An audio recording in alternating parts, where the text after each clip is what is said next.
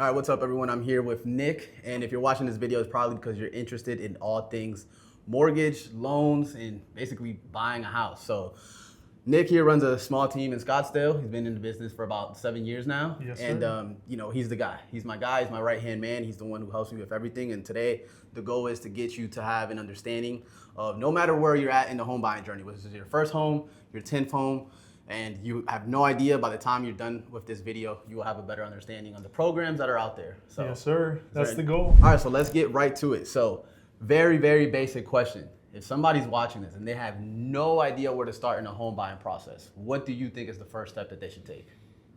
First step I always ask when somebody comes to me and says, hey, I want to buy a house this year, or hey, I want to buy a house next week. I'm like, do you have a real estate agent? Okay. Right? Because I always phrase it as like, I don't want to say the boring guy, but I'm the guy that's going over the numbers. I'm looking at your financial profile, dissecting how much you can actually go and afford. The agents get to do the fun stuff, right? Yeah, you got to go show the homes. Yeah. You're in person with them every other day, out looking at new properties, and you really get to know that emotional side, and the loan officer does too, right? Depending on the client. But that's always the first step is, hey, who are you working with? Because I can't go show you homes. Yeah. If you want to go buy a home, I can't go show them to you. I'm not driving around with you. So step number one is like, who are you working with? And then from there, luckily I have you. Yeah. And, Hopefully they choose me.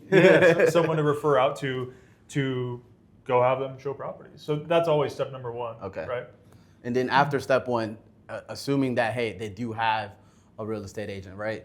So example, obviously I'm on the younger side. We're on the younger side. We have some friends who, hey, like they're interested in buying, but they're not necessarily ready in the process right now, right? Outside of working with a real estate agent, what is the next thing that they could do to kind of set themselves up for success? Yeah, which is if you haven't heard this already, it's getting pre-qualified, right? Because that's going to give you the most clear picture of either what you can go and purchase or what you need to go do in order to purchase. Because sometimes somebody reaches out and maybe their credit score isn't where it needs to be. They don't have enough money saved up. They're in between jobs. There's so many pieces that need to come together in order for you to be pre-qualified, and opposed to going on Google or ChatGPT and trying to figure it out on your own. As a loan officer, I offer every client that I work with, or just somebody that's even interested in a conversation, to reach out so that I can give them like an in-depth breakdown of, hey, this is what this process looks like. When you get pre-qualified, it's so easy. Like, I think people try to make it way more complicated, whether that's real estate agents or loan officers. They try to make it this huge thing of like, you got to go do this. It takes 10 minutes. Like truly, all that we're doing is I'm looking at your address history, your income, your assets. And so I can say, hey, look, this is what you can go and afford. And again, this is pre-qualified, not pre-approved, right? Correct. Because there is a difference. Yeah, for sure. And anybody can get pre-qualified no matter where you're at. You can get pre-qualified, and guess what? It's free. It doesn't cost any money. And do you have to run somebody's credit in order to get pre-qualified? You do not. So, and it depends on the lender that you work with. Some lenders make you do a hard credit check, and that's because they don't have access to do what's called a soft pull.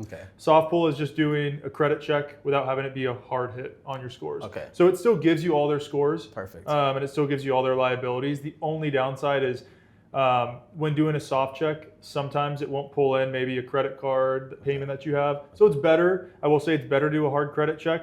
But you can imagine if somebody might be 9 months out, but they want to get a picture of, hey, what might I be able to afford? That's where we do that soft Especially check. during tax season and stuff like 100%. that. So that kind of leads me to the next question. I mean, what are some of those documents that somebody should be prepared to handle, to give to you? Because I know obviously sometimes some people ask for bank statements, some people take for credit card statements, some people want to see different bank accounts. Like, what exactly are some things that we can have? Yeah, the biggest, or I should say the most prone or repeated documents that we request are going to be bank statements. You don't qualify based off how much money you have set aside. So like I'm not going to pre-qualify you for a specific amount based off how much money you have saved up. I'm going to pre-qualify you based off how much money you're bringing in every month. And so with that, it's going to be pay stubs and W-2s if you're an employee. If you're not, say you're self-employed, you run your own business. We just need 2 years of your personal tax returns. So that allows us to calculate your income, because how we determine what you can pre-qualify for is based off of how much money comes in versus how much money goes out. for debts. Yeah. And that's why we need to do that soft check or hard credit check. Perfect. as well. So just to understand the difference, if somebody's self-employed, they will need to show 2 years of tax return, right?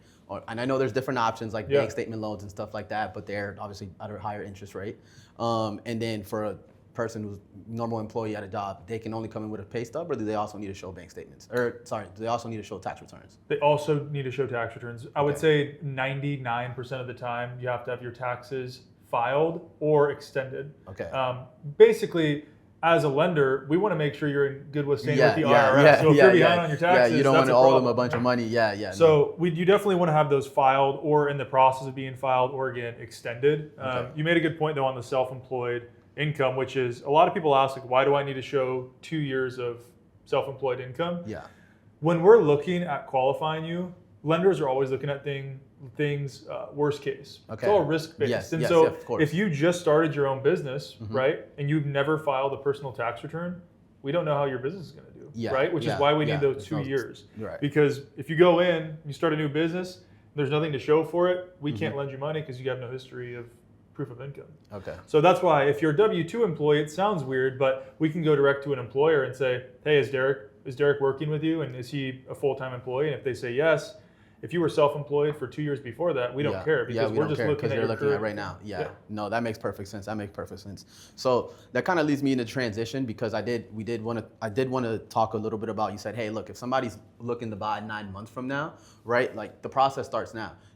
Even if it's 2 years from now, I think the process starts now, right? Because me personally, I've been in the market looking for a home for the last 2 years, and every year I've had to prepare myself for this summer that I'm going to buy one. Yeah. Because especially as a self-employed person, like you need to set a certain amount of money aside. How much do you want to pay in taxes, right? And for us self-employed, like we want to reduce our tax bill as much as possible, but that also kind of hurts our purchasing power. Yeah. So I want to talk first about on the employee side, and then I also want to talk about on the business owner side. Yeah. So assuming somebody's an employee and they're 9 months out, what are some qualities that you see somebody that is a well-qualified buyer that they should have, right? For example, like have a certain amount of money aside and things like that. Yeah. Well, as a first-time buyer, the minimum's 3% up to 5%. And then if you're going with an FHA loan, it's 3.5%. As far as making sure that they're ready, the three biggest things we want is a good credit score. And so by reaching out 9 months in advance, if your score's not where it needs to be, we're giving you like this 6 months to ramp up to make sure you can get your credit there. And what's a good credit score? 740 is the threshold. 740 and up is typically like the excellent category. So if perfect. you're over 740, whether you're at 790 or 741, it doesn't matter. It's all the same. Yeah. Typically. What about the lower tier one? Obviously 740 is pretty high, but I know some things that people have mentioned like 679, 695. Yeah, so the minimum on a conventional loan is going to be 620. Okay. And then the minimum for FHA is 580. Okay. VA doesn't have a minimum credit score. Okay. Now, if you have a low credit score, it's harder to get approved because Yes. we're looking at your credit Yes. and we're Yes. going to make a educated decision on if we can get you approved or not based off of that. Mm-hmm. But typically, anywhere from 620 and above, have a good shot at getting you approved. And then obviously there's different tiers to interest rates, right? If you have a lower credit score, you're probably gonna get a higher interest rate. Yep. Okay, awesome. What about for a self-employed person? What are some things that they can do to kind of set them up for success, apart than having a good credit score, obviously? Yeah, I think the number one thing I see the most when working with self-employed business owners is having liabilities. So I'm talking about car loans, personal loans, credit card debt. Yeah. If they run those through their business channel, but they're in their personal name. So if that makes any sense. So if you bought a car for your business, but you had it financed under your name, the biggest thing that I see hurdles on is a business owner saying, well, hey, my company pays for that, which is fine. We just have to document 12 months of bank statements showing that it's coming out of the business account. Yes. So that we're not hitting you for a business expense since you're personally buying a home, your business isn't. Does that make sense? Yeah, of course. And like as somebody, for you guys watching this video, I've been self-employed for like 9 years now. So I haven't gotten a W-2 tax return in 9 years. So, I don't even know what that looks like. Literally, I think I filed it like my first working year when I was 18 years old, and then I'd never filed one again. So, but what I can say from personal experience, right, is that a lot of times in business, right, I've gone through the whole process of paying my first tax return and owing a check and being like, oh my God, I owe them $5,000. Yeah. Like, well, it's like, hey, it hasn't been coming out every month, right? And that was like my first kind of hurdle. But going along with that, also having all of my expenses coming out of one bank account like really like messed me up for some time. Yeah. And now I have like 12 bank accounts. And it may sound like a lot. First off, credit unions are free. So if you can open up, you should open one up with every single credit union you have. Yeah. And there's no minimum bank balance. So that's a nugget right there. There you But go. essentially the reason why I'm kind of giving you guys this tip is because when you say things like, hey, paying expenses out of like car expenses out of one business account or paying, employees out of another account, when it comes to, purchasing a home, all of those things you guys are going to look at. Like, for example, I have a bank account that's only for my car. Yeah. I deposit money in there. It's how I pay gas. I pay insurance. I pay my car note. I pay maintenance. I pay, license. All of those things come out of there. And it's very simple at the end of the year. So I think what he said was very valuable, for self-employed people Cool. to be organized. Yeah, well, I was going to say, that was what I was just going to say is organization Yeah. is a huge factor in self-employed. Get a CPA. Yeah, I think those two things, just being organized, so making sure that you're not putting yourself in a worse position by having expenses under your name. Yeah. Because then we have to hit you for those, unless you can track that they were coming out of your business account. Yeah. The other thing is when you're filing your taxes and you run your own business, Yeah. the goal is to pay as little as possible in Yes. taxes as a business owner. Yes. In the same breath, the less money you show as taxable income is yeah. the less money we can use to approve you for a loan. approve you for a loan. Yes. So- and I do want to ask you a quick parenthesis because I know I've heard people talk about back paying or their taxes where they like, for example, I'm self-employed. I said I made $60K this year, but really I made 120, right? Yeah. And then I want this home, but they're not going to approve it to me at a 60K salary. They're going to approve it to me at an 80K salary. Can I go back and back pay taxes in order to get my salary up and then qualify for a home? Yeah, to answer your question, I have seen people do it before. Typically, what I do as a loan officer is always refer back to your CPA because at the end of the day, that's their bread and butter, right? Yeah, They're that's the a ones tax that are advisor. managing all the taxes every year and helping you file those. So Yeah, and that this would is be- not tax advice, by the Yeah. way. I'm just kidding. I'm not a CPA. so- Neither am I. Yeah. Yeah, so kind of moving on to the next topic, I do want to talk about how do you guys calculate income? Because I know that's a very big hurdle that people have. Like for me personally, I know, hey, I get, $10,000 a month, but you're like, no, you don't. Yeah, And right. whatever you guys say is kind of what matters. Yeah, well, on the employed position, so if you're not a business owner or you're self-employed, contracted, whatever that looks like, if you're an employee, Okay. super simple. And I give you the breakdown right now. Here's the secret sauce. Take your income, and if we'll say you have a salary, we'll use 10,000 since you said that. So you have a Okay. salary of $120,000 a year. Yes. We're looking at your monthly income because we're trying to figure out what your monthly payment is that you can afford for a mortgage. So if we take 120 divided by 12, you got Yeah. 10 grand a month. Yeah.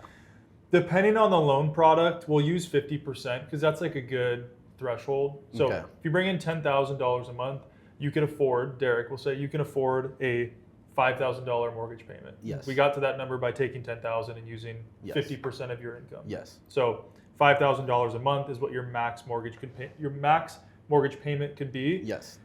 Now the part that we need to add on is if you have any liabilities. So That's if you have assuming you have no debt, no car, that's no assuming you nothing. have no debt. Yes. Because the max you can take on is 50% of your gross monthly income. So it's Gotcha. $5,000. Yeah. Well, now if you've got a $500 car payment, Which is still a lot, to be honest. yeah, it's definitely a lot. You can go afford a nice house. Mm-hmm. You got a car payment, you got credit cards, you got student loans, whatever Yeah. that looks like. Yeah. We're deducting those payments. What about IRS debts? Do those go into there as well? If you have a repayment Plan? set up? Yep. Okay, perfect. Will come off your debt to income ratio. Okay. And that's what that is. That's what when you hear people say debt to income ratio, we're just matching up those two things so we Yeah. can determine how much you can Yeah, afford. of course. And that's why it's important to get with a loan officer because you might not know about the debt you have on your credit report. Yeah, And yeah. if you're trying to go and find this out on your own, you might be forgetting a piece. Yeah, you're You not. might not be calculating your income correct if it's Right. not as easy as somebody that has a $120,000 salary. So that's really what we're trying to determine. I think especially first-time buyers or somebody that's never bought a home, they just go, well, I've got 30 grand saved up, Yeah. so I can afford X. We're not. Yeah. The assets are great. Yeah. Don't get me wrong, and that's You going to should help have you money, yeah. purchase. Yes. But we're really looking at Monthly what your payment. monthly debts are against how much money you're bringing in per month. Perfect. Does that make sense? Yes. You use the example about $30,000 in your bank account. There's Yeah. a lot of people like that they have the money, but then they don't understand how to actually qualify for that monthly payment. So Yeah. getting actually pre-qualified, what is the next step? What does that actually look like? Yeah. So let's say we'll go back to that example. Let's say we've got your max payment. I'm saying, Derek, you got a car payment, you got a couple student loans, you got a couple credit cards. Your max payment is now $4,000.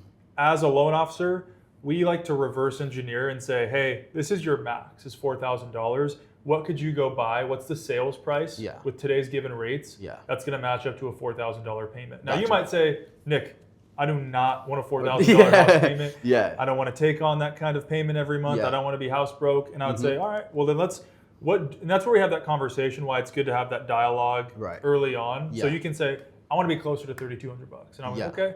So at that point, we're going to look and see at what purchase price is going to get you a $3,200 payment. Quickly, we'll say $500,000 is the max purchase price for you. You might be able to take on a $650, but like we talked about, I don't want to pay $4,000 a month. So we're going to look backwards.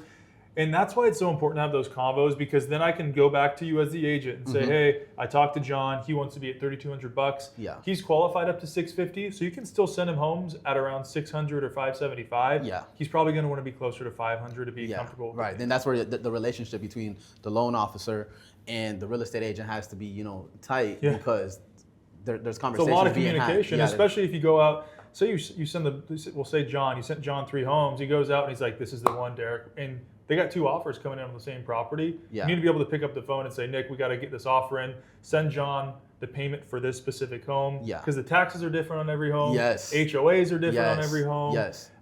There's all these random variables that play a factor in what's in your payment. Yeah. Right? So to have that open line of communication. You saying that right there leads me to a perfect transition. What's in my payment? And I feel like a lot of times when people are, new homeowners specifically, they don't understand that they can go on Zillow and the house has, $350,000 and it might give you like these estimates, right? Yeah, this estimate. Yeah. And you're like, oh, okay, it's like $3,200 a month. But then when they come and actually get, pre-qualified for the loan or you're going through the steps, that $3,200 very fast turns into $4,000. Look, and I know a lot of times people go on Zillow and they see a $3,200 a month payment, but then they talk to you and then it's $4,000, right? Yeah. So can you kind of break down a little bit of what actually goes in there? I know there's a difference between, principal, interest, taxes, all of those kind of things. Can you break that down a little bit more? Yeah, so first off, don't use Zillow as your mortgage calculator. And I'm not saying that I don't have anything against Zillow, but what Zillow uses maybe is any mortgage calculator, right? Yeah, exactly. And that's what I'm here for, right? I tell everybody I work with, like, if you need numbers, if you see a home you like, text me the address, I'll break it down. But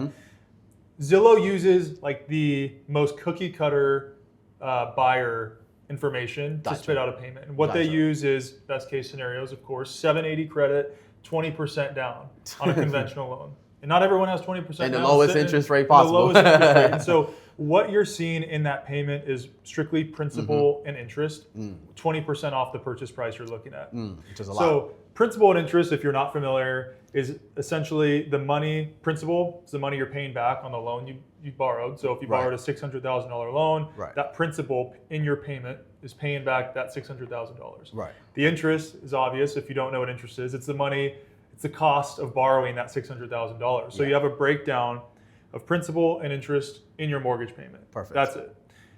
If we're going further, which most first-time buyers, if you're putting less than 20% down, you pay your taxes and insurance included in your mortgage payment. Okay. So think about your car, right? You get insurance for your car. Yes. Every month or annually, depending on how you pay that. Yeah. You're paying insurance so that you're a separate payment. Right? Yes. Same thing on your home. Yes. Mortgage companies like for you to pay that to them. So think of it as like a separate savings account. Because if you were to turn around after 4 months and go, I'm not making this payment anymore, at least we have a couple months of insurance to make sure that we're still making payments on that until the lender decides, hey, what are we going to do with this house? Yes. So insurance, think of it like a car. You need to get that for your home. Yes. Taxes for your property, they're also going to be factored in. So those two things we like to collect on a monthly basis as well. And they can be different from house to house, right? Like 100%. House A on the same street pays different property taxes than house B, maybe because they added something. Different zip code, different zip codes. Yep, okay, so perfect. Those are huge things to look out for, and some people weigh those heavier than others. Sales price wise, like very rarely you're going to see a huge difference in property taxes when you're looking at similar sales prices, meaning you're not going to find 2 homes at price at $600,000, one taxes are $5,000 and the other are $2,000. They're going to be relatively. Right. And we might be talking about small dollars and cents, but people don't understand that small dollars and cents. Yeah, it adds up. It does make a difference. So that's what's going to break. That's the breakdown of your mortgage payment that builds up that full amount. And like I said, on Zillow, they're just giving you the principal and interest, but you still have to make property tax payment every month, insurance every month, and then what we talked about as well is HOA. So if you're in a gated community, HOA, that's a big thing. That's a really big thing. If they charge you, I I've seen some homes charge, $300 to $500 a month on HOA. Dude, I've seen HOAs at $1,500. Yeah, it's Or it's 2,200, crazy. Yeah, if you get a 2,500. really nice condo or high-rise building, the they'll charge Optima you. right Yeah. here. I mean, they're charging $800 a month for HOA. So those things, they're not included in your mortgage payment. What I mean by that is when you go to make your mortgage payment every month, we're not collecting that. You have to pay that separately. Yeah, but that does include the debt to income ratio, right? 100%. Because if you have a property, right? We have property 1, 700,000. Property 2, 700,000. This one has no HOA fees. This one has $800 in HOA fees. Yeah. Right. And like, look, there's 1-bedroom apartments literally right here that are $700,000 and have 7. So I'm giving you a real life scenario. Yeah. But that does play a factor into will you get approved for the home or not, right? And what I've seen a ton is we'll work with a buyer and I'm like, hey, here's your max purchase price, $500K. Yeah. And they send me a home at $500K with an HOA of $600. And I'm like, hey, we're not factoring in a $600 HOA payment. Yeah. You don't afford that. Yeah. And that's probably why it's important to communicate with the mortgage lender and with the real estate agent, so that way we can relay the information and be like, look, this person wants to live in a place that, it's either gated or they take care of, it has a pool, a community pool, like it has an HOA, right? What HOAs typically offer. Yeah. And then they would be like, look, he doesn't want to pay more than $350 a month for HOA. And then you guys can also calculate that. So then you can give him a purchase price that makes sense with the HOA. Yeah, we can scale right? it back. Like if you're like, hey, if you come to me and go, hey, he's looked at 4 homes and they all have $120 HOA. I go, okay, let's factor in the $120. Yeah, which HOA might knock out like calculation. $10,000 off of the price or something like that, which that's obviously negotiable. Yeah, 100%. That So makes that's really sense. the breakdown. It's not super complicated, and Zillow does do a good job of putting the taxes online, so you can figure that out. Insurance, you can reach out to who has your auto insurance. I'm sure you have an insurance agent you can refer out to. I do as well. Yeah. So that if you need My those insurance numbers- lady is crazy. Wow, that gave me a great idea because Yeah. to add her to my vendors list. Yes, Yeah. I do have if you don't have an insurance agent, parentheses, one of the best things you can do is get an insurance agent. They will make sure to always give you the best possible deal, good customer service, and they will handle everything for you. She just sends 3 quotes. She's like, Derek, these are the best ones. Which one do you like? Now that we're on the insurance topic, I do want to talk a little bit about the difference between mortgage insurance and homeowners insurance. Can you elaborate a little bit more? Yeah, so homeowners insurance is like you're getting coverage so that if your roof breaks down, you got a leak in the house, you can call up your homeowners and they're covered. They're going to have coverage on your specific property. By the way, is this included in the debt to income ratio? Yes. This affects your payment? 100%. Okay, perfect. So the difference between homeowners insurance and mortgage insurance is covering the lender. And the reason we require mortgage insurance is because if you're putting less than 20% down, you don't have as much, as far as like how a lender views it. There's more risk. There's more risk. You don't have enough skin in the game for us to feel comfortable that you're we know you and your well LTV, enough. your LTV, if something were to happen with somebody that sorry to interrupt, but if you were to put 20% down on a property and God forbid you lose your job, you have some equity built up. Right. Like you can sell the house and still kind of get out of it. But if you're only at 3%, we know that, hey, like you're pretty much starting under on your house. Yeah. So. And they saw that during the housing crisis in 08.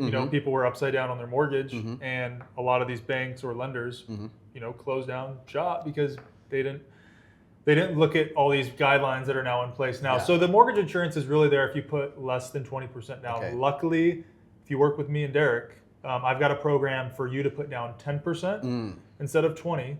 So think about that on a And still waive the and PMI. you don't have to pay PMI. Yeah. Because every month that you're not paying mortgage insurance or that you are paying mortgage insurance, you're spending that to the lender for your coverage. Yeah. Opposed to if you can come up with those funds, you don't. So have to it's typically what does a private mortgage insurance cost? Is it a percentage of the loan, or is it?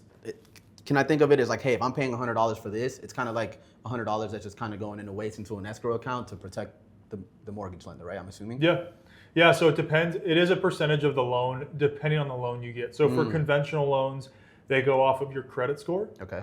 And then they run that percentage based off what kind of credit score that you have. Okay, So it could be perfect. anywhere from 0.4% all the way up to 1.5%. Wow. If your credit score is lower, ideally you'd rather get an FHA loan because FHA loans were created for say a riskier buyer or just a first-time buyer that's getting their feet wet into buying a home. Yes. Their percentage for mortgage insurance is the same. Okay. No matter if you have a 620, 700, 800 score. Right. It's Because the government, I believe, is the one that's government backed by HUD. right? Yep. Yeah. So that allows you to have less variance on Okay. what your mortgage insurance payment's going to be. Right. And it's the reality is it's as low as $60 a month. I've seen people pay $400 a month, but a lot of it's depending on how much of a loan they're borrowing. Perfect.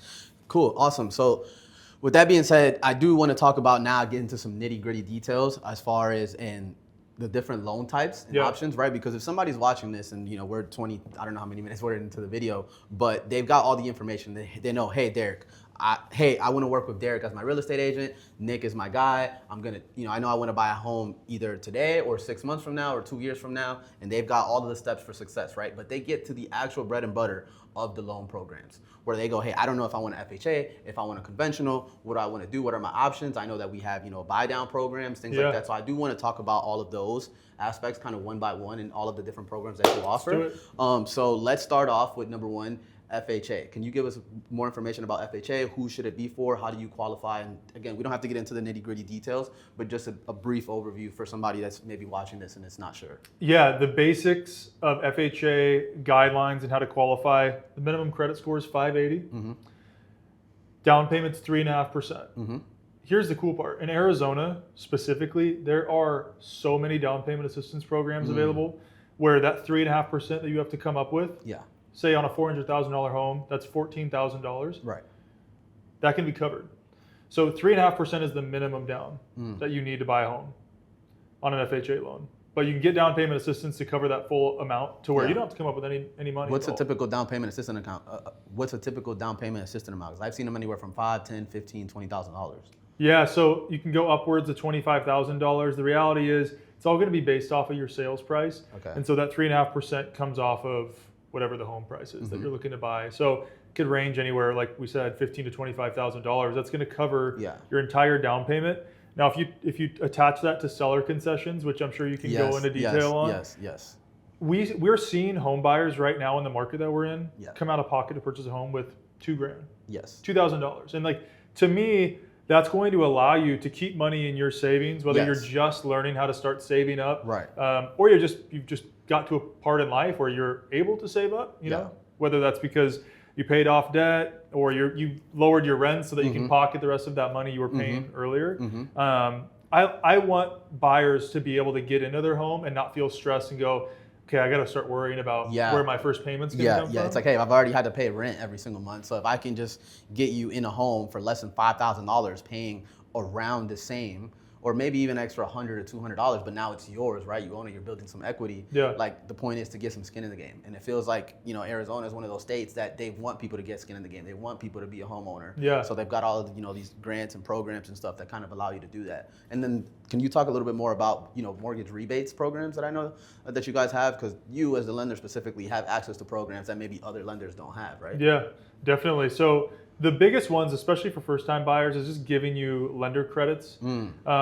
Those are based off a couple different things. One would be income, so how much you make. Two is location. So if you buy in specific areas throughout Arizona, we offer lender credits, rebates that allow you to get below market rates or just come out of pocket with less money.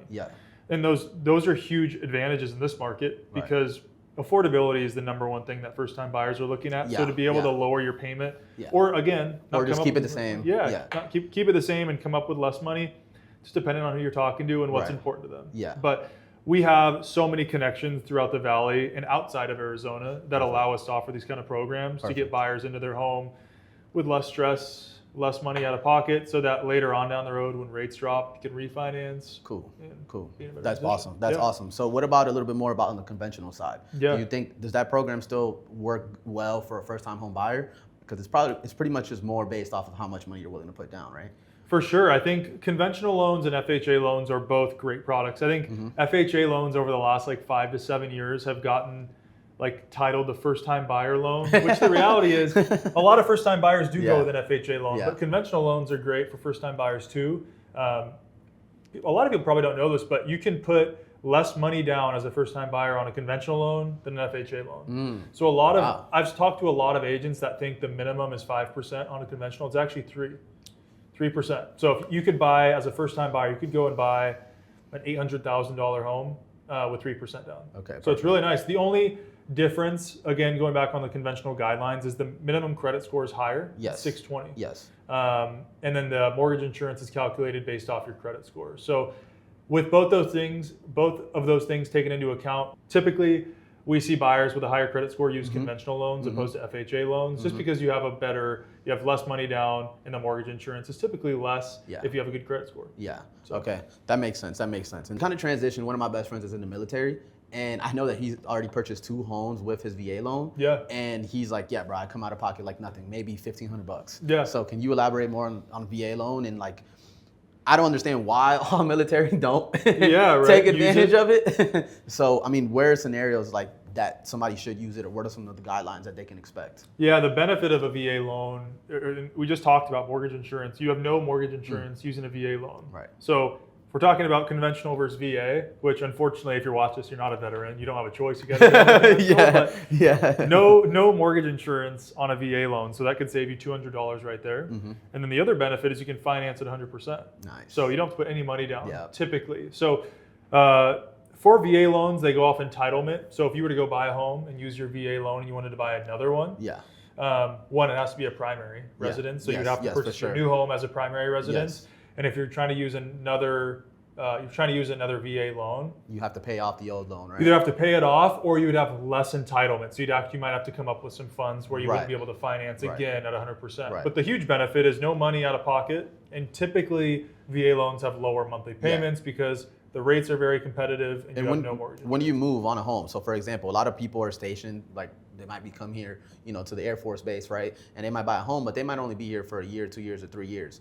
When they get transitioned, do they have to sell that home, or can they keep that home and turn it into a rental and assume rent somewhere else if they're going overseas and they're only there? Like, do you know anything about that process? 100%. So with the VA, they allow you to purchase a new home and keep your old VA loan as long as you're buying the new home as a primary resident. So and then you can buy it as a FHA or a conventional loan and go to 3.5%. Yeah, you can double.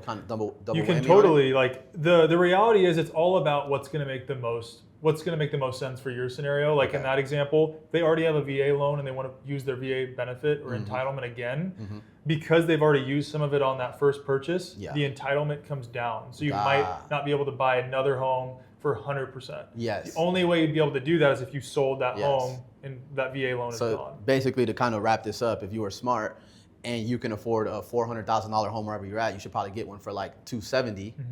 So then you can use that $130,000 towards whatever home 2 years from now, and kind of start building the equity ladder. And next thing you know, because of the VA loan, hey, you might have 2 or 3 properties within 5 or 6 years. 100%. And you see that a lot with FHA loans. People call it house hacking, where you purchase a home with an FHA loan because you're required to stay in it for 12 months.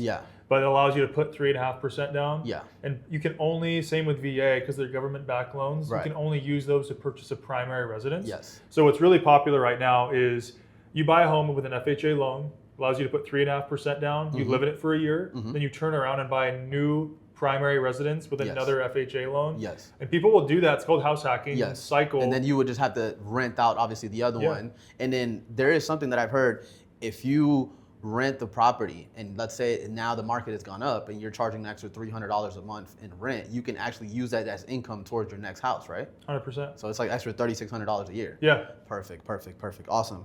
Well, was there any other loans or any specific programs that you want to tell us about that are, obviously things change over time, but is there anything specific that came across your desk that you would like to share? Yeah, I think there's the 2 loan products right now that are gaining a lot of traction throughout Arizona. One is just assistance in general. We've got a $25,000 grant, which is non-repayable if you live in the home for 5 years. So you can purchase a home with, I'm not just saying this, 0 money out of pocket. Sorry, $500 out of pocket. But minimal investment to get into home ownership, and that loan that you're borrowing to get into the property, that $25,000 is non-repayable if you live in the home for 5 years. So perfect opportunity. But you have to live on it primarily for 5 years. So what happens if you move away from the home before the 5 years? That money that you borrowed, say you only needed $18,000, it's prorated for how long you stayed in the home. So if you lived in it for 2 years and then you turn around and sold it, you're only paying back the difference. Okay. So what happens if I want to move in 2 years into an investment property? They still need to pay back this $25,000?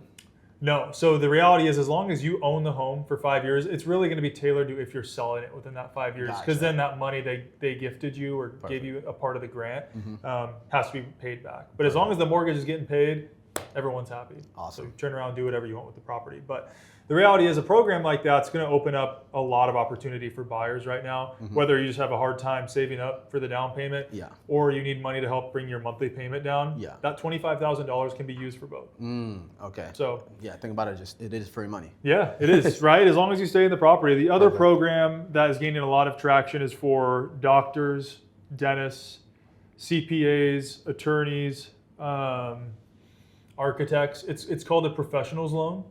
Super lucrative. So how it works is if you're in one of those professions, we allow you as a lender to finance 100% up to $1.25 million with no mortgage insurance. Wow. So let's say you're a dentist and you come to me and say, hey, Nick, I'm looking at this home in Scottsdale. It's $900,000. I've got money in my investments that I could pull from, but the reality is I just want the home. I don't want to have to go through that process. Right. We allow you to purchase that property and put $0 down out of pocket. The goal in this product is to allow you as a high income earner to purchase a home with $0 down so you can keep your money working for you in other assets or investments. Perfect. So great product.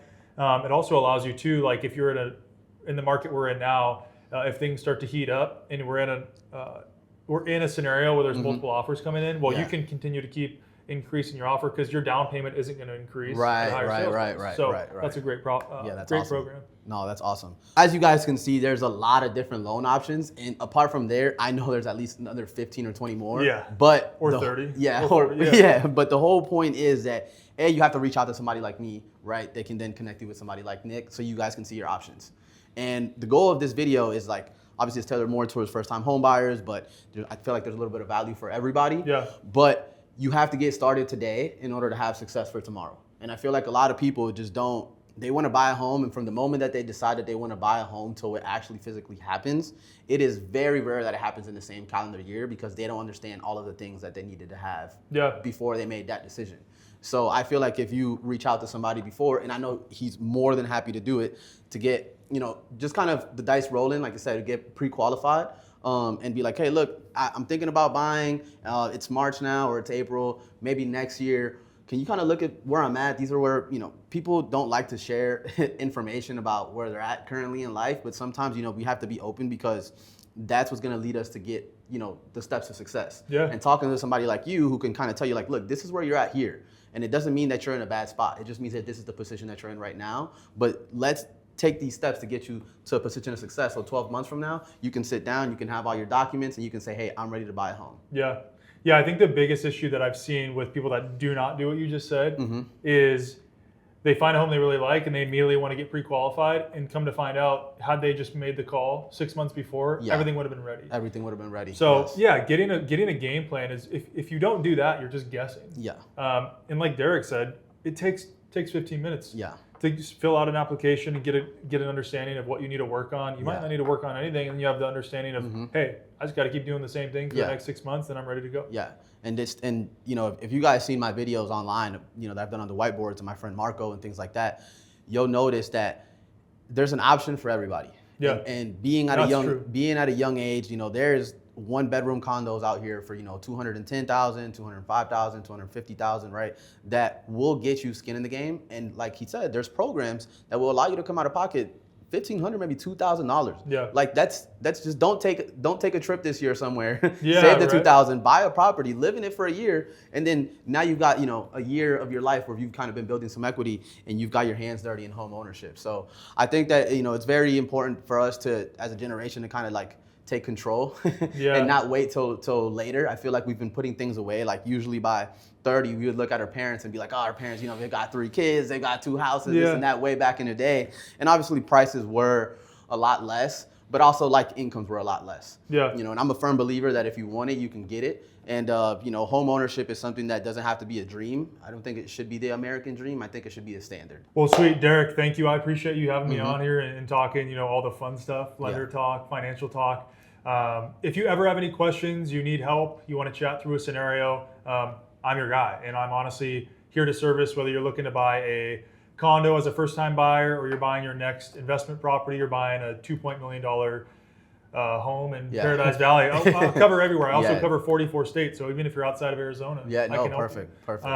Because I do have a lot of friends that are outside, and maybe they can connect with their local real estate agent, but they can also use you as options for lending, right? Yeah, so we see a lot of buyers or previous buyers, now homeowners in Arizona that list their homes and maybe they got to relocate for work. I help them out, move to a different state. So I'm here to help. If you have questions, all my info is down below if you want to reach out. Again, here to help. Derek is your guy for all things real estate. He'll be able to help you out. He's a hustler. So I appreciate you having me on. Awesome, man. Sounds good, bro.